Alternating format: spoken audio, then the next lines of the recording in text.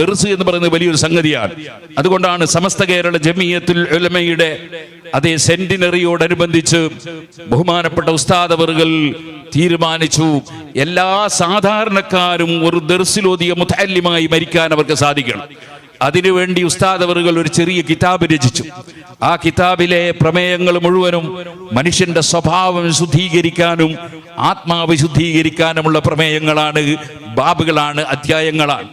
അത് പഠിപ്പിക്കാൻ വേണ്ടി ആയിരക്കണക്കിന് ആലിമീങ്ങൾക്ക് ഉസ്താദ് അവറുകൾ കഴിഞ്ഞ ബുധനാഴ്ച മർക്കസിൽ നിന്ന് ഇജാസത്ത് നൽകി.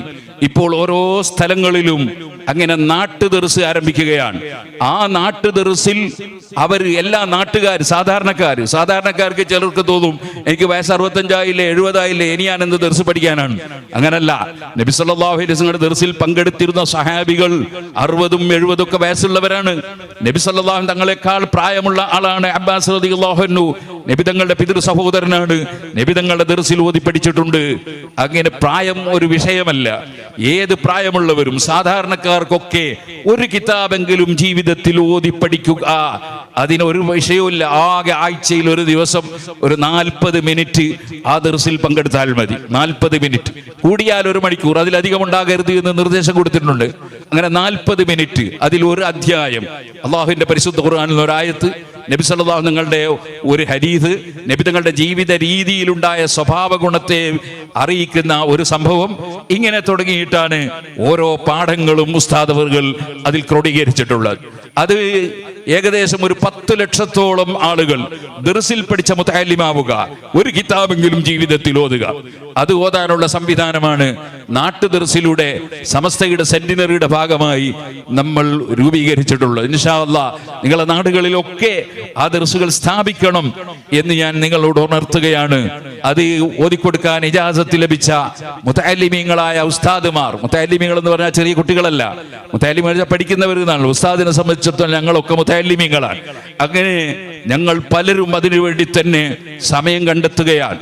അതേപോലെ ഇൻഷാ അല്ലാഹ് സെന്റിനറിയുടെ ഭാഗമായി എല്ലാ മുഅ്മിനീങ്ങളുടെയും സഹായ സഹകരണം നമ്മുടെ ഈ പ്രവർത്തനങ്ങൾക്കെല്ലാം ലഭിക്കണം. അതിനുവേണ്ടി വീടുകളിൽ ഒരു ചെറിയ പെട്ടി വെക്കുന്ന ഒരു ഏർപ്പാടുണ്ട്. അത് നിധി സ്വീകരിക്കാൻ അതാകെ പെട്ടി 40 ദിവസമേ ഉണ്ടാവുള്ളൂ. ആ 40 ദിവസത്തിനിടയിൽ നിങ്ങളാൽ കഴിയുന്നത്, ഒരാൾക്ക് ഓരോരുത്തർക്ക് ഒരു 313 അതിന് നിക്ഷേപിക്കാൻ കഴിയുമോ ഒരു 40 ദിവസത്തിൽ എങ്കിൽ അങ്ങനെ, ഇല്ലെങ്കിൽ 100എങ്കിലും, തീരെ കഴിയാത്തവരാണെങ്കിൽ 313 എല്ലാവരും കൂടിയെങ്കിലും, അങ്ങനെ എല്ലാവരും സഹകരിച്ചുകൊണ്ട് ലക്ഷക്കണക്കിന് ആലിമീങ്ങൾ വിദേശത്തു നിന്നും നാട്ടിൽ നിന്നൊക്കെ വരുന്ന മലപ്പുറം ജില്ലയിൽ വാദി ഹറമയിൽ നടക്കുന്ന ആ വലിയ സമ്മേളനത്തിൽ എല്ലാവരെയും കൂട്ടിയിട്ട് ഉസ്താദ് ഇൻഷാ അല്ലാഹ് ഉസ്താദിന്റെ ദർസിന്റെ സമാപ്തം, അതായത് 30 ക്ലാസ് ഇവിടെ വെച്ച് ഓരോ പള്ളികളിലും മദ്രസകളിലും ഒക്കെ ആ ദർസ് നടക്കും. 31ാമത്തെ ഒരു ക്ലാസ് ഉസ്താദിൻ്റെതായിരിക്കും. ആ ക്ലാസ് ഉസ്താദ് തന്നെ ഓതിക്കൊടുക്കും. അങ്ങനെ ഉസ്താദിന്റെ ശിഷ്യത്വം അങ്ങനെ 10,000കണക്കിന് ബിരുദധാരികളായ പണ്ഡിതന്മാർക്കുണ്ടെങ്കിൽ അതിലെല്ലാ സാധാരണക്കാർക്കും കൂടി അതിനുള്ളൊരു ഭാഗ്യം ലഭിക്കുന്ന, ഉസ്താദിനെ പോലെ പ്രായം ചെന്ന, ഉസ്താദിനെ പോലെ 50 കൊല്ലം സമസ്ത കേരള ജമിയത്തുൽ പ്രവർത്തിച്ച ഒരു പണ്ഡിതൻ ഇന്ന് വേറെ ജീവിച്ചിരിപ്പ് ഇല്ല എന്ന് നമുക്കറിയാം.